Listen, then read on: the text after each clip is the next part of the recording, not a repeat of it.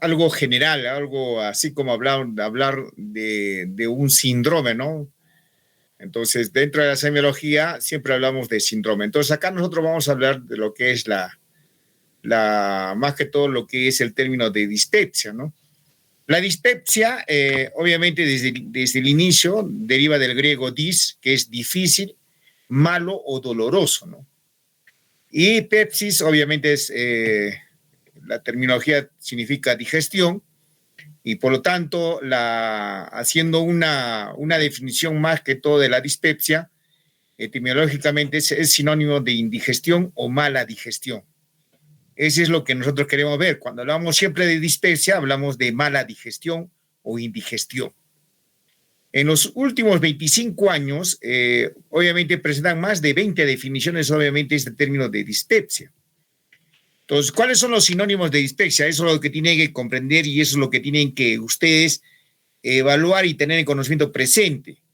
Los sinónimos siempre podemos hablar cualquier molestia digestiva que nos pueden dar, ¿no? El paciente viene, tengo un dolor, pero solamente nos indica, por ejemplo, me duele en el hipocondrio derecho, me duele en el hipocondrio izquierdo o en el hipogastrio, etcétera.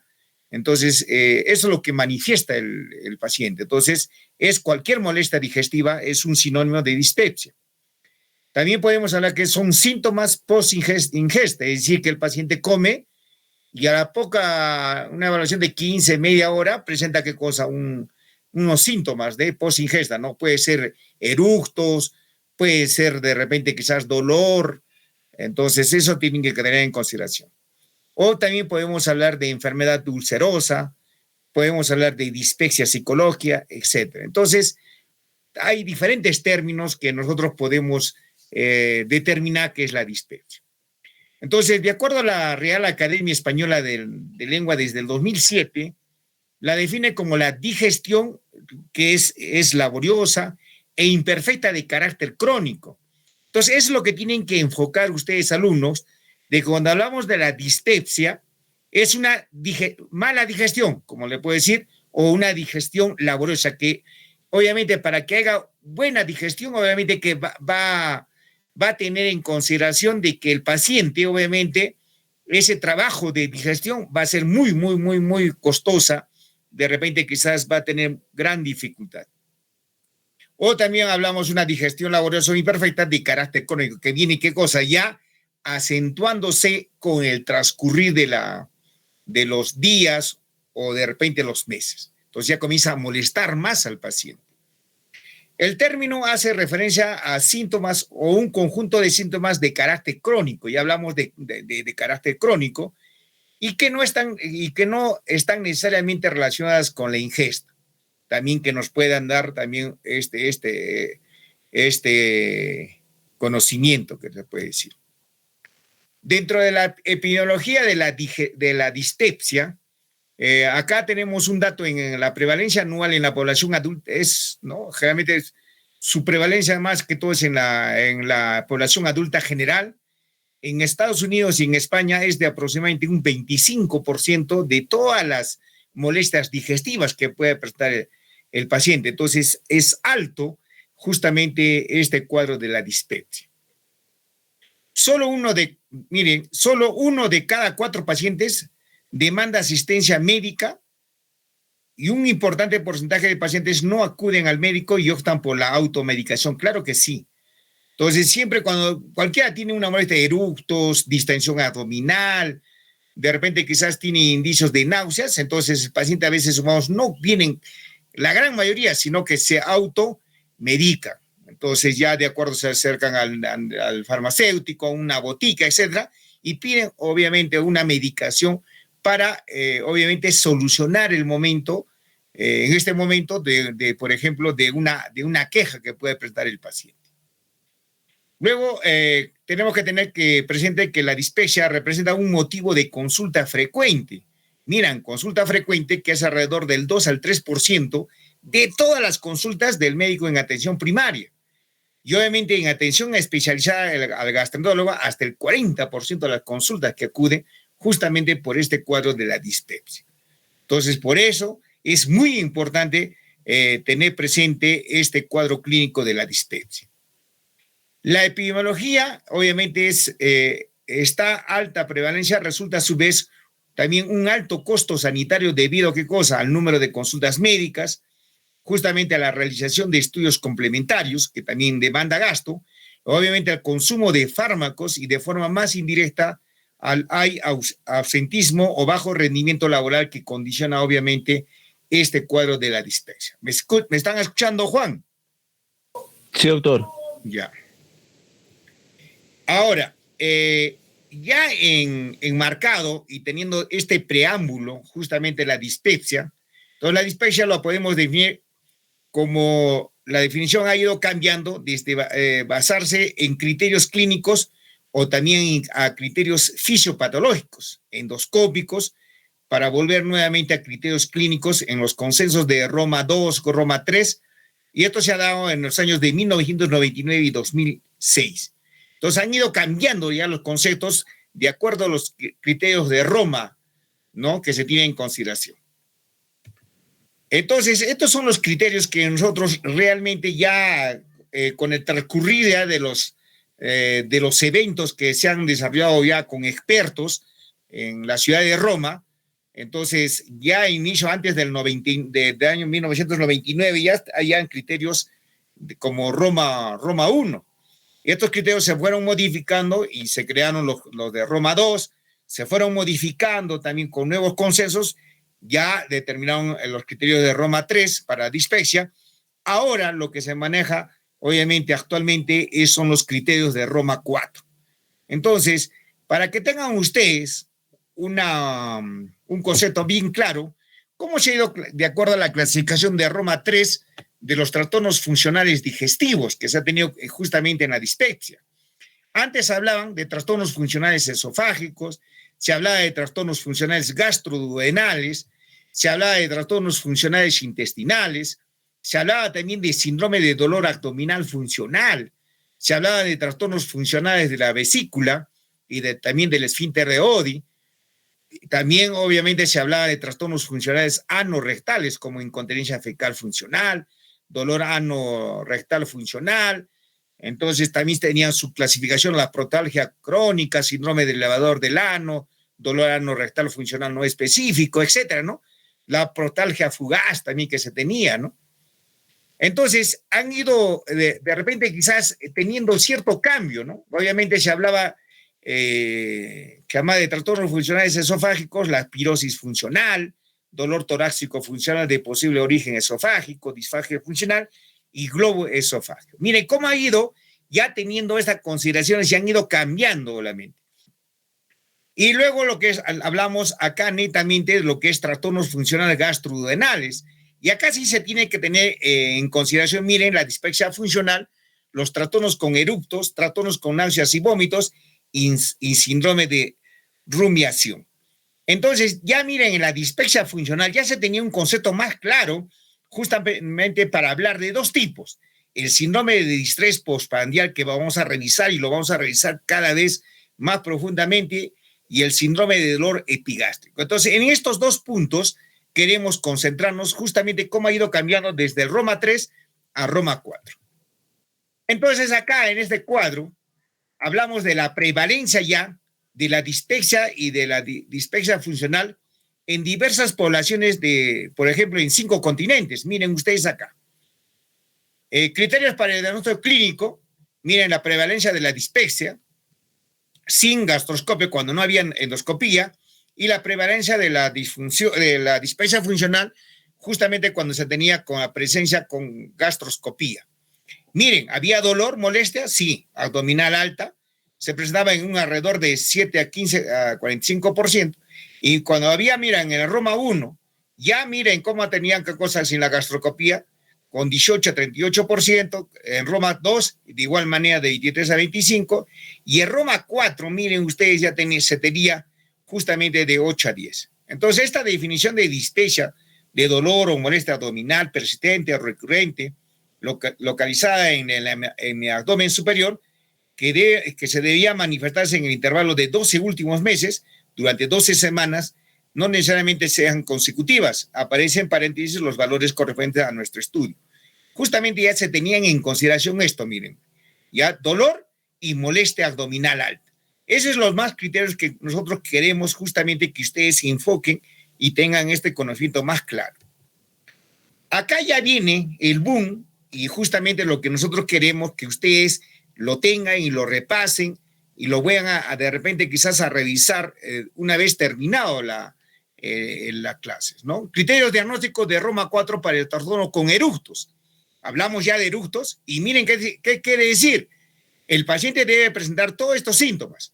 Eructos gástricos o supragástricos que obviamente van a ser molestosos, es decir, lo suficientemente graves como para afectar las actividades habituales. A veces hay unos eructos intensos, ¿no? Entonces es por el excesivo, a veces sumamos acumulación de aire. Entonces esto ya, ¿qué cosa? Va a alterar justamente su actividad normal del paciente. Entonces, eso es un criterio que tenemos que tener para justamente tener presente lo que es criterio diagnóstico de Roma 4 para solamente eructos.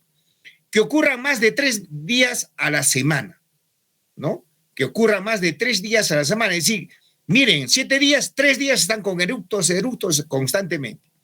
Los síntomas deben estar presentes en los últimos 3 meses, con inicio de los mismos 6 meses antes del diagnóstico. Mire, ya tienen ya un criterio más preciso justamente para hablar criterio diagnóstico de Roma 4, pues solamente para el trastorno con eructos. Ahora, se clasifican en eructos supragástricos excesivos desde el esófago y eructos gástricos excesivos desde el estómago. Entonces, eso es lo que tenemos que tener en consideración justamente en estos criterios para evaluar lo que es el trastorno con eructos. La medición objetiva mediante la impedancia esofágica, que también nos ayuda bastante en lo que es la enfermedad de reflujo, se puede utilizar para distinguir el eructo supragástrico del gástrico. Entonces, la observación de la deglución del aire, obviamente, primeramente, proporciona información de apoyo. ¿Para qué? Para los eructos supragástricos que son frecuentes y repetitivos, hasta 20 por minuto. Miren, la suavidad comienza la frecuencia y que también estos eructos sean repetitivos. Y en los eructos gástricos, miren la otra característica, no existe correlación clínica establecida. Entonces eso es lo que tenemos que ver y lo que tenemos que analizar. Justamente estos criterios diagnósticos de los eructos se tomaron del consenso de Roma 4 justamente en el año 2016. Mire, es el último que está manejándose actualmente en lo que es la dispepsia. Y acá vamos a ver ya lo que es el cuadro en sí, los criterios de Roma 4 para el diagnóstico de dispepsia funcional. Esto alumnos se lo van a repasar 2, 3, 4 veces. ¿Por qué? Porque de acá va a salir por lo menos una pregunta o 2 preguntas en el examen. Entonces hablamos acá primero de dispepsia funcional. ¿Y cuáles son los criterios diagnósticos justamente para determinar la dispepsia funcional? Tenemos, ¿qué cosa? Uno o más de los siguientes casos. Primero, ¿qué tiene que ver? Llenura postprandial molesta, saciedad precoz molesta, dolor epigastrio molesto y ardor epigastrio molesto. Miren, esas son las características que debemos tener primeramente justamente para los criterios diagnósticos para la dispepsia funcional. Ese es uno. Y el 2, cuando no hay evidencia de la enfermedad estructural, no hay evidencia, incluyendo alteraciones justamente en la endoscopía alta. Entonces, que pueden explicar los síntomas. Debe cumplir criterios, ¿no? Obviamente para lo que es el síndrome postprandial y el síndrome justamente de dolor en epigastrio. Entonces, esas condiciones tiene que haber y tiene que tener presente. Los criterios presentes durante los 3 meses previos con inicio de síntomas al menos 6 meses antes del diagnóstico. Ese es un criterio que nosotros tenemos que considerar y tenemos que tener presente justamente para hablar de lo que es la dispepsia funcional. Acá vemos otro, lo que es en el A1, el síndrome de malestar postprandial, el síndrome de malestar postprandial, el CDPP. Entonces, ¿cuáles son los criterios diagnósticos? Acá van a ver ustedes que tenemos en consideración debe incluir uno o ambos de los siguientes al menos 3 días por semana. Miren, uno de los criterios, ¿no? llenura postprandial molesta, es decir, lo suficiente grave como para impactar en las actividades habituales. Y 2, saciedad precoz, que también sea molesta, es decir, lo suficientemente grave como para impactar también las actividades habituales. Entonces, eso es lo que nosotros tenemos que tener en consideración. No hay evidencia de enfermedad orgánica, sistema o metabólica que pueda explicar los síntomas en las investigaciones de rutina, obviamente incluyendo las alteraciones a nivel del estudio endoscopio, de endoscopía alta, ¿no? ¿Cuáles son los criterios presentes durante los 3 meses previos con inicio de síntomas al menos 6 meses antes del diagnóstico? Acá hay comentarios de apoyo, pueden estar presentes, ¿no? Dolor en epigástrico, postprandial, distensión subjetiva epigástrica, eructos excesivos y náuseas. El vómito justifica la consideración de este trastorno, la pirosis, ya viene, miren la pirosis, y hemos dicho para que ustedes enfoquen más, ya aparece que la pirosis no es un síntoma dispéptico, pero frecuentemente puede coexistir. Acá viene gran diferencia y esta es pregunta de examen. Yo puedo decir, un síntoma, ¿no? Que a la par, a veces se puede juntar. Es decir, si no hablamos de dispepsia, hablamos de enfermedad de reflujo gastroesofágico, ¿puede qué cosa tener pirosis? No, porque hemos dicho que nosotros que la enfermedad de reflujo, es decir, la ERGE, sí o sí tiene que tener qué cosa, pirosis y regurgitación, más no en la dispepsia. Entonces, esa es una pregunta de examen que es clara y precisa. Entonces, en la dispepsia no hay pirosis, pero en la enfermedad de reflujo sí debe existir la pirosis. ¿Me están escuchando, Juan? Sí, doctor. Ya, eso es lo que tienen que saber. Ahora, los síntomas que se alivian con la evacuación de las heces o gases generalmente no deben considerarse parte de la dispepsia. Eso sí, eso es lo que tienen que ver también. Otros síntomas digestivos sindromales o grupos de síntomas, por ejemplo, el ERGE y el síndrome de intestino irritable, pueden coexistir con el síndrome de malestar postprandial, claro que sí, pero es diferente la terminología. Acá viene otro criterio que tienen que tener presente, el síndrome de dolor epigástrico. Eso sí, miren, la anterior hablamos de lo que es el síndrome de malestar postprandial. Ese es un criterio que tienen que tener. Y hablamos de lo otro, de la dispepsia funcional, del síndrome de dolor epigástrico. Entonces, son las dos características, las dos partes que forman parte de la dispepsia funcional. Entonces, ¿cuáles son los criterios diagnósticos? Acá debe incluir por lo menos uno de los siguientes, al menos un día por semana. Miren, ¿qué hay? Dolor epigástrico molesto, ardor epigástrico molesto. Entonces, esas son las dos características que tienen que haber. Dice, no se evidencia también la enfermedad orgánica sistémica, incluyendo las alteraciones a nivel de la endoscopía alta. ¿Cuáles son los criterios presentes durante los 3 meses previos con inicio de síntomas al menos 6 meses antes del diagnóstico? ¿No? ¿Cuáles son los comentarios de apoyo? El dolor puede ser inducido por ingesta de una comida, aliviado por la ingesta de una comida, o puede ocurrir durante el ayuno también es el dolor. Puede estar presente una distensión subjetiva a nivel del epigástrico, eructos y náuseas. El vómito persiste, probablemente sugiere otro trastorno. La pirosis no es síntoma dispéptico, ya como hemos hablado nosotros. El dolor no cumple criterios de dolor biliar y los síntomas que se alivian con la evacuación de heces o gases generalmente no deben considerarse parte de la dispepsia. Entonces, son los criterios que también nosotros tenemos que tener en consideración. Y acá viene, obviamente, haciendo ya se puede decir una valoración de la dispepsia.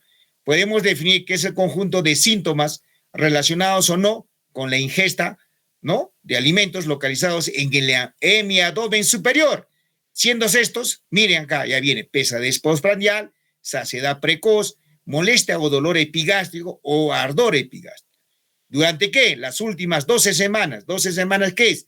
Es decir, durante los últimos 4 meses, ¿no? Y haber comenzado al menos 6 meses antes del diagnóstico. Entonces, es una consideración de la dispepsia. Entonces, siempre cuando hablamos, no, ¿por qué viene el paciente, no? Presenta un dolor. Entonces, yo no quiero de repente quizás determinar más preciso el diagnóstico, puede haber por un cólico biliar, por una gastritis. Entonces, hablamos de un síndrome dispéptico que engloba algo general, algo amplio. Entonces, por eso es el término de la dispepsia. Es cualquier molestia, ¿no? O mala digestión, o indigestión que le dicen, ¿no? Me ha dado una indigestión, pero más claro es hablar de dispepsia. Entonces, acá ya hablamos de una dispepsia funcional estudiada en el 60%, hablamos de una dispepsia orgánica, ya que viene a formar también parte dentro de la clasificación de la dispepsia, y acá también ustedes ya tienen otro término de la dispepsia no estudiada. Entonces, esos son los tres tipos de lo que es la dispepsia. Entonces, dispepsia funcional, dispepsia orgánica y dispepsia no estudiada. Pregunta de examen. Y acá hablamos de la que netamente es la dispepsia funcional, como hemos hablado anterior, ¿no? Síndrome de distrés postprandial, síndrome de dolor epigástrico, anteriormente ya hemos mencionado que de acuerdo a los criterios de Roma 4. Y acá hablamos solamente de lo que es de distrés postprandial, ¿no? Debe estar presente uno de uno o más de los siguientes, ¿no? Llenura postprandial, saciedad precoz. Entonces, llenura postprandial que produce molestia después de una comida de cantidad normal, ¿no? Varias veces por semana. Ya comienza, ¿qué cosa? Ya a dar un síntoma más repetitivo. Y la saciedad precoz que impide terminar una comida o cantidad normal varias veces por semana. Ahora, los criterios de apoyo también, como hemos mencionado, pueden asociarse hinchazón abdominal en la parte superior del abdomen, náuseas o eructos excesivos, y también puede coexistir el síndrome de dolor epigástrico en lo que es el distrés postprandial.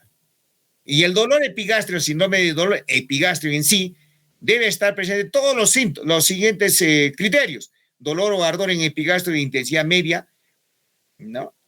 Media al menos una vez por semana. Ya tenemos un dolor o ardor en el epigastrio. El dolor es intermitente. Ya vienen, miren acá, un criterio más. El dolor es intermitente en el dolor epigastrio. No se generaliza a todas las otras regiones del abdomen o en el tórax. No mejora con la defecación ni con el ventoseo. Entonces ya no mejora con cuando uno va a hacer sus deposiciones o también la eliminación de heces, ¿no? Y también puede coexistir el síndrome de distrés postprandial también, con el dolor epigástrico. Se pueden superponer, entonces, pero que de acuerdo a los criterios tenemos nosotros catalogar y definir exactamente esto es el síndrome de dolor epigástrico. Y acá viene qué cosa, lo que hemos hablado anteriormente, la dispepsia funcional, ¿no? ¿Cuál es la etiología?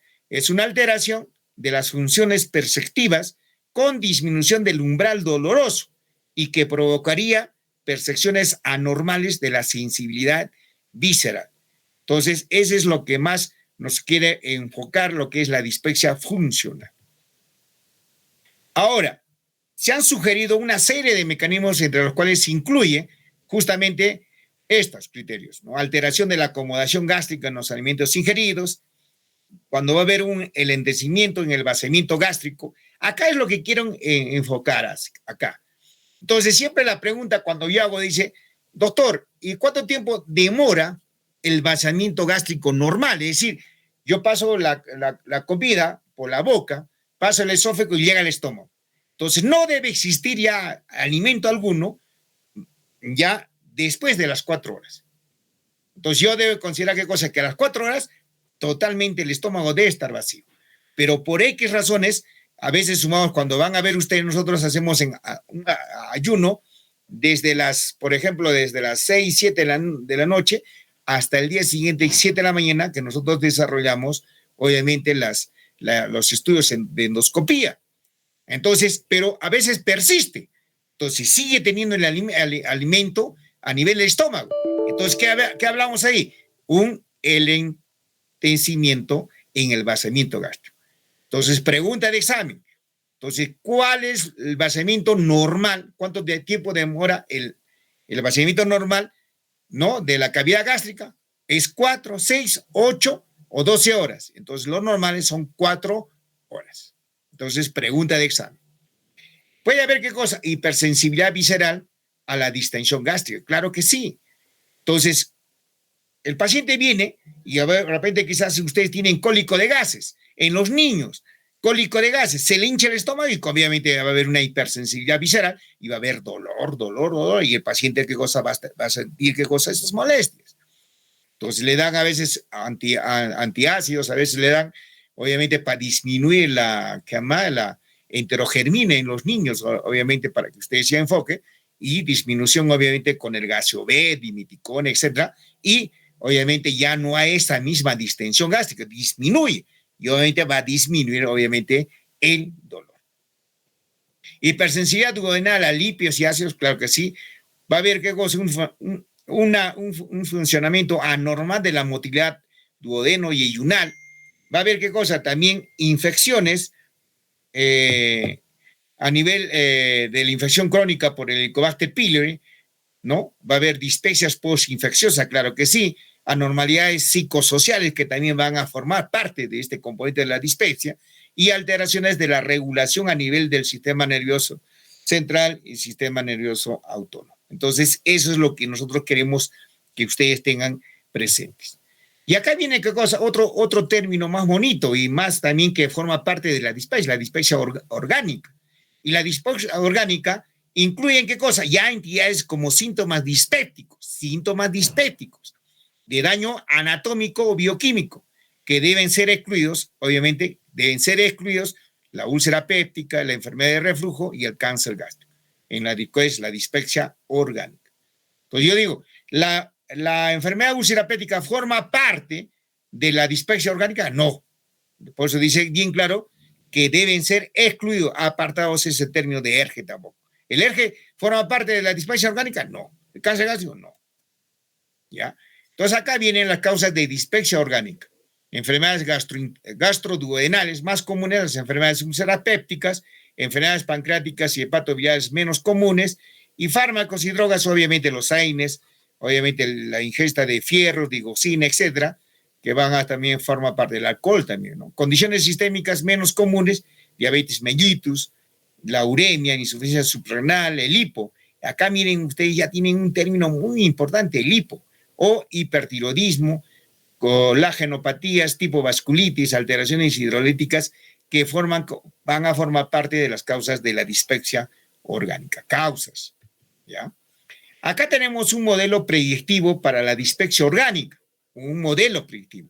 Variables del modelo de la dispepsia orgánica. Miren acá, todos estos criterios, edad, sexo, varón, sobrepeso, ritmo de posicional normal, consumo de alcohol más de 30 gramos por día, consumo de tabaco, el AINES, dolor epigastro, ciclo, alivio del dolor, presencia de pirosis diaria, pirosis intensa, historia previa de la úlcera, ¿no? Y tiene su puntaje, 1 o no. Entonces, ¿cómo nos va a ayudar, obviamente, justamente este modelo predictivo para una dispepsia orgánica? Miren, cuando la puntuación total es mayor de 7, y todo esto, miren acá, ¿no? Primeramente, tenemos estos, y por ejemplo, tiene un puntaje de 10, 11. Entonces, este paciente, de acuerdo a este modelo predictivo, sí o sí está indicado ¿qué cosa? Que realizarle un estudio de endoscopía, justamente para determinar cuál es el problema que está pasando y determinar cuál es, obviamente, la etiología orgánica que está produciendo esta dispepsia orgánica.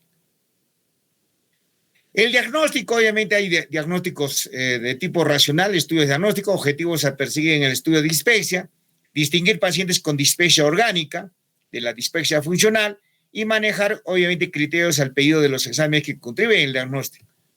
Entonces, acá lo primero que tienen que ver es la historia clínica del paciente, edad del paciente, hábitos dietéticos y estilos de vida, si hay ingesta de tabaco, obviamente consumo de tabaco, alcohol u otras drogas, consumo de fármacos, de AINES, ¿no? Historia previa de úlcera gástrica, infección por el Helicobacter pylori, cirugía gástrica.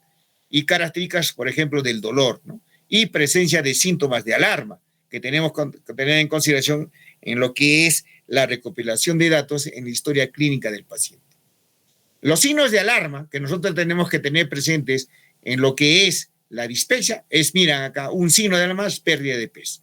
Hay anemia, saciedad precoz, vómitos, disfagia progresiva, ya sabemos por qué, es importante este término, si hay sangrado, hay anorexia, no si hay una masa abdominal, obviamente, ¿no? Hay linfopatías, hay presencia de un CA en el tracto digestivo superior, historias de ulcus pépticos, cirugía gástrica o neoplasias previas, ¿no? Que tenemos que tener en consideración. Y acá tenemos ya para terminar, lo que es una guía de práctica clínica para el manejo del paciente con dispepsia. De acuerdo a la Asociación Española de Gastroenterología, la Sociedad Española de Medicina de la Familia y Comunitaria y el Centro de Cochrane Iberoamericanos. Obviamente, todo lo que es la recopilación de la revisión de esta, obviamente, de Centro de Cochrane, ¿no? Y acá van a ver lo A, B, C y D, los grados de recomendación. Y hacemos acá una recomendación por consenso del grupo de trabajo. De todo esto se han desarrollado y hacen un chequeo, un checking, que le puede decir. Acá, por ejemplo, dentro de la epidemiología, tenemos cuáles son los factores de riesgo.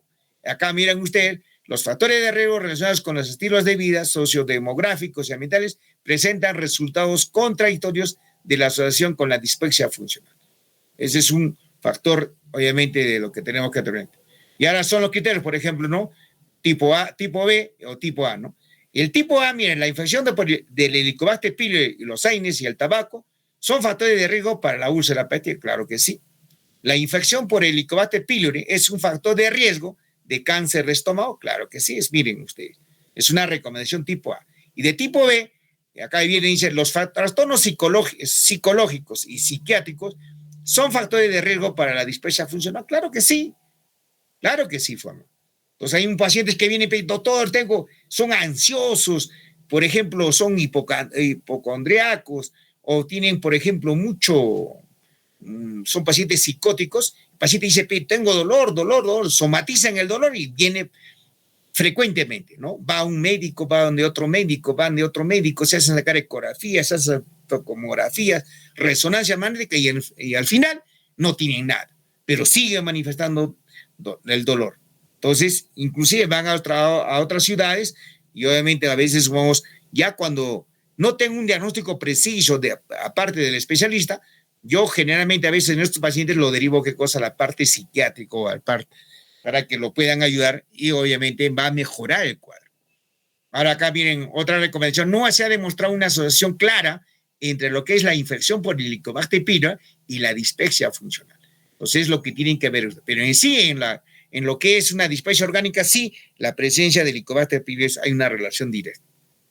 Y acá también signos y síntomas de alarma y la edad, ¿no? Miren acá, un cheque dice, mira también, el riesgo de cáncer y la necesidad de practicar una endoscopía en los pacientes con dispepsia provenientes de países con una alta incidencia de cáncer gastrointestinal se debe valorar de forma individual. Claro que sí, ese es un consenso que nosotros decimos, ¿no?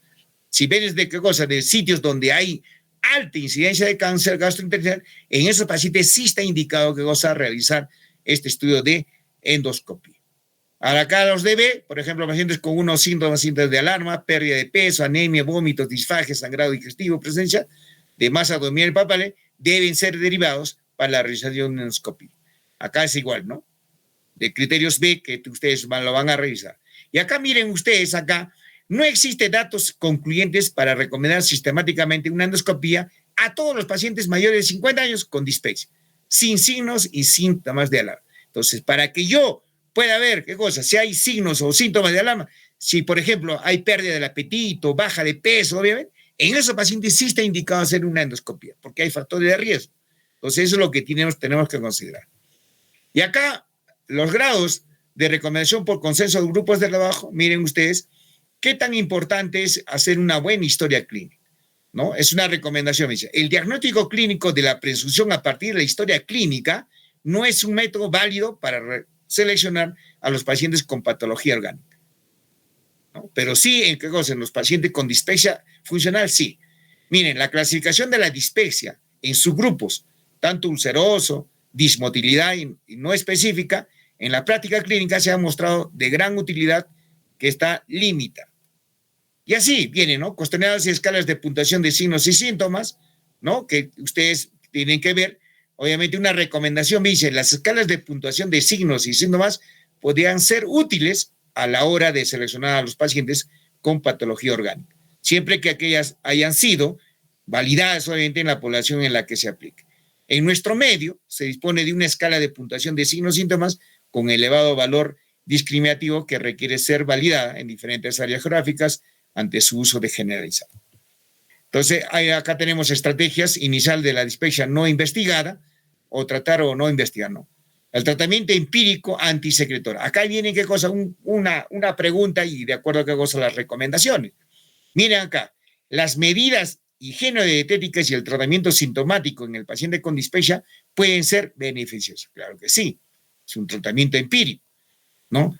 Y esta es una recomendación A que nosotros tenemos que tener en consideración en lo que es la dispepsia. La estrategia inicial mediante el tratamiento empírico con IVPs se ha mostrado eficaz en cuanto a la mejoría de los síntomas. Entonces, eso es lo que tenemos que ver. Y mira ya una recomendación más alejada, una recomendación, los síntomas guía podrían ser útiles para la elección del tratamiento empírico, antisecretores para la dispepsia tipo ulceroso o procinéticos, ¿no? Para la dispepsia tipo dismotilidad. Entonces, eso es de acuerdo a lo que tienen que ver. Ahora, investigación de la existencia de lesiones mediante endoscopía. Vean ustedes acá una recomendación B, la estrategia mediante la endoscopía inicial en la dispepsia no investigada no se ha mostrado más eficaz que el tratamiento empírico. ¿Ya? Con la endoscopia. En los pacientes que no aceptan la incertidumbre diagnóstica, fundamentalmente, por ejemplo, el cáncer de estómago, la endoscopía inicial podría ser esta indicada. En estos pacientes sí, sí o sí. Ahora acá, en la investigación de la infección por el Helicobacter pylori y tratamiento de la erradicación, eso es lo que tienen que ustedes ya enfocar y tener conocimiento. ¿Me están escuchando, Juan, no? Sí, doctor. Ya. Acá una recomendación B que tienen que saber, mira acá, la estrategia mediante la investigación de la infección del Helicobacter, ya viene qué cosa, ya es todo lo que vamos a hablar de la parte de lo que es el Helicobacter pylori gastritis, la infección por el Helicobacter pylori y el tratamiento de la erradicación en aquellos pacientes con un resultado positivo no se muestra en cuanto a la mejoría sintomática superior a la endoscopia. Entonces, eso es lo que tienen que ustedes también tener presente. Y acá costo, efectividad y análisis de la decisión de las diferentes estrategias. Mira, acá hay un cheque en consenso. En general, los estudios de costo-efectividad y los análisis de la decisión muestran resultados heterogéneos, es decir, casi no son homogéneos. Ya hay un criterio, una recomendación tipo B, los estudios recientes de análisis de la decisión realizados por estudios de anatomopatología y también en nuestro medio sugieren que el tratamiento empírico antisecretor podrían ser la estrategia más costo efectiva. Entonces, también tenemos que tener en consideración esto. Y acá, obviamente, las técnicas y pruebas diagnósticas que tenemos que ver, obviamente, en lo que es en consideración. Miren, la endoscopía, una recomendación me dice, la endoscopía es la prueba diagnóstica de elección para investigar la lesión del tracto digestivo superior y presenta un elevado rendimiento diagnóstico para la patología orgánica. Acá pueden haber ustedes de que tener en consideración justamente algunos trabajos de investigación para sustentar sus tesis. Hablamos de repente quizás una dispepsia funcional, ¿no? O una dispepsia orgánica, que también puede ser eso, ¿no? Diferentes trabajos. Mira, acá una recomendación me dice, una endoscopía como resultado negativo, permite excluir ¿qué cosa? Llegar, obviamente, al diagnóstico de la dispepsia funcional. Claro que sí, ¿no? Eso es lo más correcto. Y acá viene la investigación de la infección por el Helicobacter pylori, que también puede ser ¿qué cosa? Para que ustedes puedan presentar trabajos de investigación, ¿no? El sitio o la localización más frecuente del Helicobacter pylori acá en nuestra región, a nivel del antro, puede ser cuerpo o puede ser en fondo. Pero generalmente nosotros no hay un trabajo que han realizado, obviamente, es decir, ¿dónde más frecuente? ¿No? En el antro, en nuestra región. Pero ya en la parte ya en consensos, obviamente, en trabajos de investigación, ¿dónde va a existir, dónde va a estar más presente el Helicobacter pylori? Obviamente en la porción del antro. Pero hay estudios que nosotros queremos realizar. Podemos de repente quizás seleccionar, obviamente, generalmente en el hospital del INEN, para que ustedes tengan presente, toman muestras a nivel del antro, toman muestras a nivel del cuerpo y toman muestras a nivel del fondo. 2. Y ahí se mira con el estudio de anatomía patológica dónde van a ver la frecuencia más. Entonces, de repente, quizás en 100 pacientes van a ver que en 50 pacientes, de repente, ¿qué cosa va a haber? ¿Qué cosa? Presencia del Helicobacter a nivel del antro. ¿Por qué? Porque han sacado biopsia. O también, de repente, viceversa, ¿no? En 50% van a encontrar, ¿qué cosa? justamente en el cuerpo. Entonces, esa es una investigación. ¿Por qué motivo o razón? Entonces, si nosotros hablamos, de acuerdo a los trabajos, es más frecuente en el antro, ¿por qué estamos encontrando acá en Puno, de repente quizás más frecuencia en la localización del Helicobacter pylori en cuerpo, ¿no? Eso es un trabajo que podemos desarrollar y obviamente determinar justamente cuáles son las conclusiones y por qué motivo es este cambio de la localización del Helicobacter pylori. Entonces, son pruebas que nosotros hacemos. Entonces, miren, una recomendación B, la prueba de aliento con ureasa C13 es el método diagnóstico no invasivo de elección para la detección del Helicobacter pylori en los pacientes dispépticos. Claro que sí. Ahora vienen ustedes, de repente quizás no conocen y lo que están haciendo práctica y lo van a hacer ustedes. Yo en mi laboratorio hago ¿qué cosa? Justamente la prueba del aliento. ¿En qué consiste? Es justamente determinar a través justamente de este método que no es invasivo, esa es pregunta de examen. El test de la ureasa sí es invasivo. ¿Por qué? Porque hago la endoscopía y tengo que extraer la muestra y obviamente esta muestra que extraigo lo tengo que poner en un vial, es un líquido y donde reacciona obviamente la muestra que estoy sacando de la mucosa, me cambia de color. Si cambia de color rojo, es positivo, es decir, presencia del Helicobacter pylori, ¿no? Y si no cambia, es negativo. Pero ¿qué cosa? En la prueba del aliento, obviamente, se introduce una cápsula, es decir, así como una tableta, y eso obviamente, ¿qué cosa? Va a introducirse al estómago y va a ver, ¿qué cosa? Justamente la liberación de la urea, del carbono 13, y obviamente se va a dispersar, obviamente, en todo el estómago, en la cavidad gástrica, y eso lo llevamos, ¿qué cosa? Una placa, y el paciente comienza, ¿qué cosa? A insuflar esa placa. Entonces, por eso es la prueba del test del aliento, el aliento. Entonces, voy soplando, y inmediatamente lo llevo, ¿qué cosa? Una máquina. Y justamente la máquina lo pongo y me va a leer. Y me sale con valores. Me sale 300, doctor, 400, son positivos. Entonces, ¿qué me significa esto? Mayor de 40, mayor de 50 es positivo. Menor de 40 es negativo. Ya la máquina me determina y sale. Y tal. Entonces, por eso es importante la prueba del aliento. ¿Y cuál es su concepto más claro? ¿Por qué es importante la prueba del test del aliento? Porque justamente esta prueba me permite, ¿qué cosa? Ver la erradicación, pregunta de examen, la erradicación del Helicobacter pylori. Entonces, pregunta dice, ¿para qué sirve el test del aliento?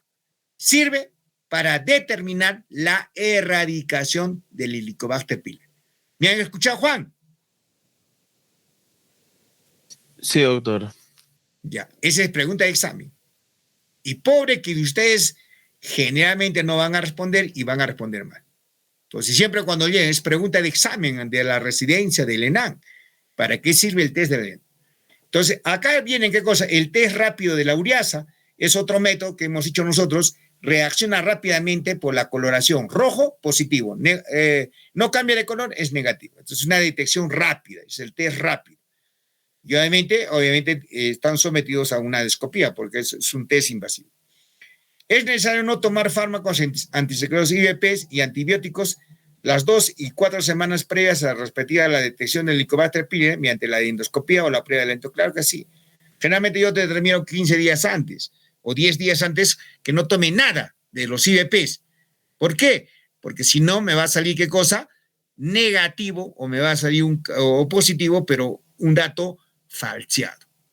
No tomar, ¿qué cosa? IVPs ni antibióticos 2 semanas antes de realizar, ¿qué cosa? La prueba del test del aliento. Y acá vienen controles del tratamiento de erradicador de la infección por Helicobacter, la prueba del aliento que hemos hablado, ¿no? Y en los pacientes con diagnóstico de úlcera gástrica, el control también, tras el tratamiento erradicador, puede realizarse mediante el test rápido de la ureasa en el momento de realizar la endoscopía de control. Y acá vienen ustedes lo que es la dispesia funcional, el tratamiento de antiácidos y citoprotectores. Generalmente, acá vienen una recomendación tipo A, dice los anti-H2 y los IVPs se han mostrado superiores al placebo en la desaparición o mejora de los síntomas de la dispesia funcional. Claro que sí. Pues mejora bastante lo que es acá. Una recomendación B, miren, no existe estudios a estos o no son de calidad suficiente para demostrar que la dispepsia funcional, los antiácidos y los agentes citoprotectores, sales de bismuto, sucrafato o el misoprostol, son más efectivos que el placebo. No hay mucha diferencia. Pero acá miren ustedes, acá van a ver ustedes una recomendación, dicen, los procinéticos podrían tener un molesto efecto beneficioso en la dispepsia funcional, aunque actualmente los resultados no son concluyentes. Entonces, que son recomendaciones. Y así van revisando, ¿no? Tratamiento psicológico de fármacos antidepresivos, ¿no? Obviamente lo que es la recreación del helicobacter en la dispepsia funcional, ¿no? Que va a ser, obviamente acá, úlcera péptica, investigación y erradicación del helicobacter pylori. Miren, en la úlcera duodenal, dice, una checking, en la úlcera duodenal no parece imprescindible investigar la presencia de la infección por el helicobacter pylori en una úlcera. Claro que sí. Todos los pacientes con úlcera duodenal deben recibir tratamiento erradicador. Esa es pregunta. Y esa es pregunta de examen. El Helicobacter pylori, ¿cuándo debe recibir? Todos aquellos pacientes que van a tener, ¿qué cosa? Primero, Helicobacter pylori identificado, que tengan positividad, de acuerdo al test, del relatiento, biopsias, todo. Son positivos y hay que, ¿qué cosa? Darle su tratamiento. En los pacientes que tengan linfoma mal, en esos pacientes sí o sí tengo que dar tratamiento para el Helicobacter pylori. Y otro tratamiento cuando el paciente posee una cirugía, una gastrectomía y que tengan diagnóstico, por ejemplo, de un cáncer gástrico, en esos pacientes también yo tengo que dar, ¿qué cosa? Tratamiento para lo que es el Helicobacter pylori. En estas entidades sí, hay que darle el tratamiento para lo que es la erradicación del Helicobacter pylori. Esa es pregunta de examen. ¿Ya?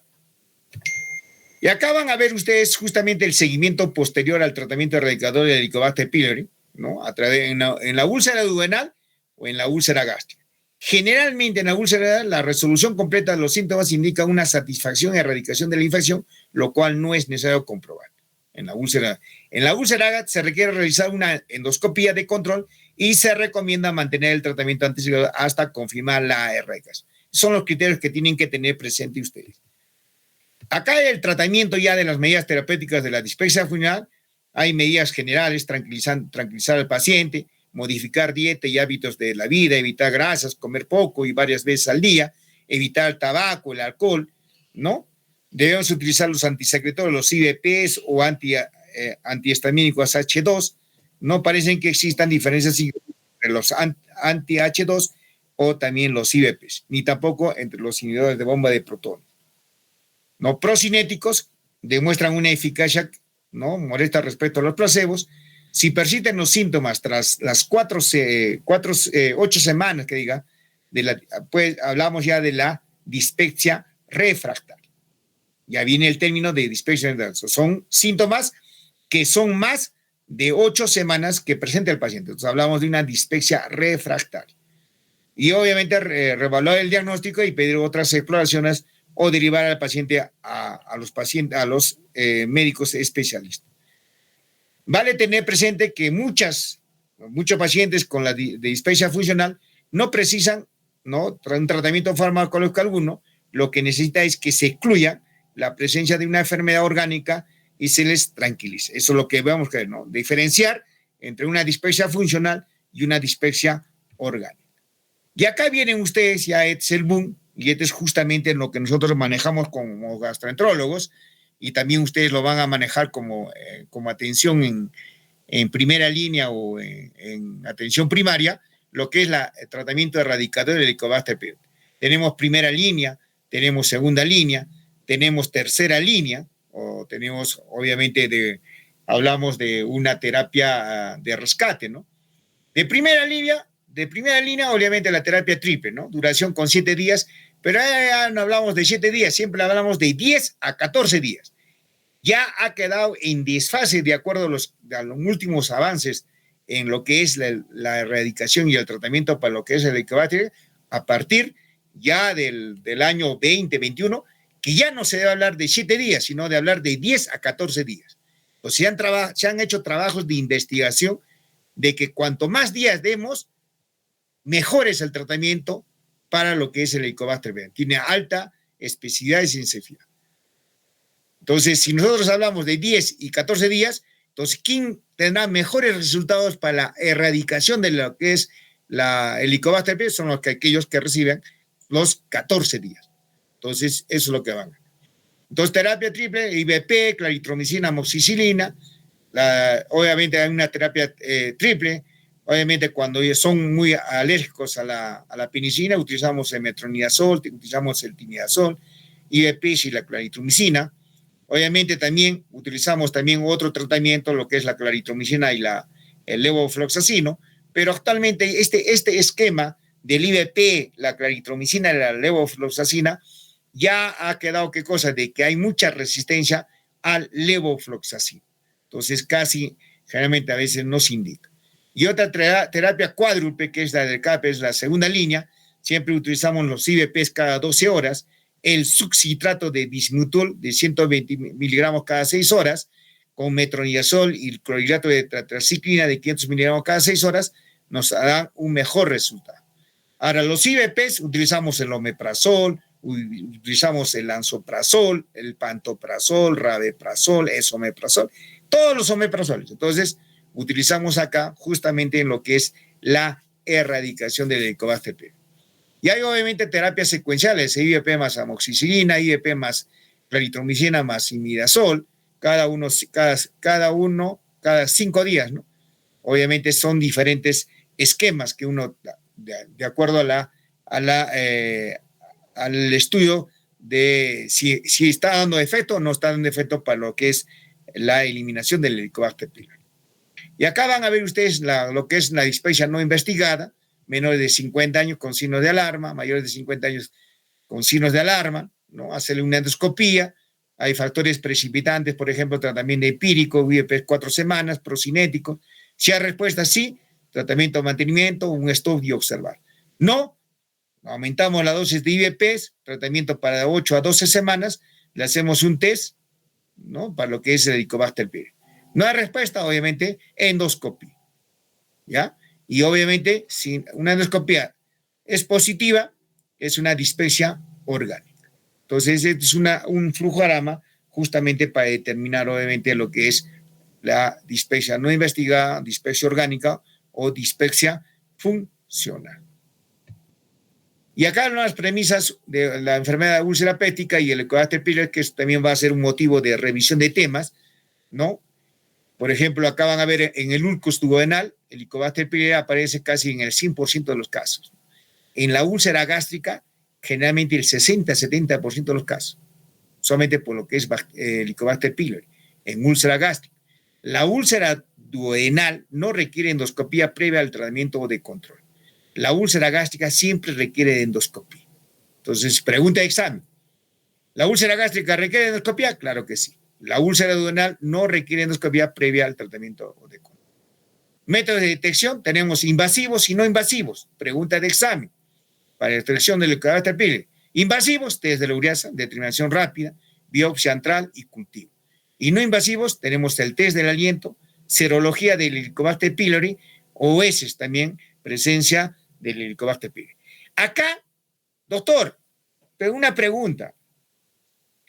¿Qué tal, qué sensibilidad y especial tenga, qué cosa, el estudio del examen de sangre para lo que es el Helicobacter pylori? Siempre viene, ¿no? Dice, doctor, ha ido al laboratorio y me ha salido qué cosa, que tengo el Helicobacter pylori positivo. También ponen HP positivo. ¿Debo recibir tratamiento? Para nosotros, para estas zonas endémicas, acá generalmente más del 80-90% de toda la población de Puno tienen el Helicobacter pylori. Hay unos pacientes que son asintomáticos y hay unos pacientes que son asintomáticos. Entonces, ¿qué significa? Que cuando yo examino o me determina ese examen del Helicobacter pylori en sangre, ¿qué me está identificando? Me está identificando, ¿qué cosa? Anticuerpos. Me identifica anticuerpos y por lo tanto va a ser, ¿qué cosa? ¿Válido ese examen? No va a ser válido. ¿Por qué? Porque eso no me va a determinar si sigue o no sigue, ¿qué cosa? Con el Helicobacter pylori. Entonces, en algún momento, de repente, quizás el paciente ha tenido el Helicobacter, ha producido sus anticuerpos y por eso sigue saliendo, ¿qué cosa? En el examen del sangre, lo que es el Helicobacter positivo. Entonces, eso no me ayuda. El que me va a ayudar mejor es ¿qué cosa? El test del aliento, o el test de la ureasa, o el examen de la biopsia del cultivo, o la presencia del examen de HP en heces, ¿no? Entonces, ¿me han entendido, no es cierto, Juan? Sí, doctor. Entonces, eso nunca se olviden, alumnos. Entonces, va a decir, ¿me ayuda o no me ayuda el examen de sangre? En las poblaciones endémicas, no me va a ayudar en nada. Entonces, por eso no se confíen, ¿ya? Pues no se van a confiar, ya tienen un criterio válido, entonces, para que ustedes pidan, de repente quizás como especialistas, para nosotros, para los controles, tiene que ser sí o sí identificable, ¿qué cosa? El Helicobacter pylori. Si hay o no hay. Entonces, si hay, damos tratamiento, y si no hay, no damos tratamiento. Entonces, eso sería todo con respecto a lo que es la dispepsia. Entonces, ya hemos entrado a un tema para que ustedes tengan conocimiento de lo que es el Helicobacter pylori, que es el tema del día jueves. El día jueves y el día viernes vamos a tener clases. Entonces, para avanzar, de repente quizás el día jueves vamos a hacer 2 temas y el día viernes vamos a tener un tema. Entonces, para ir avanzando. ¿Ya, Juan? Bien, doctor. Las clases serían como a estas horas, doctor. 8:30. Bien. 8:30. Bien, doctor. ¿Ya? Entonces, el día jueves y el día viernes. Bueno, chicos, yo creo que en esta parte me hayan comprendido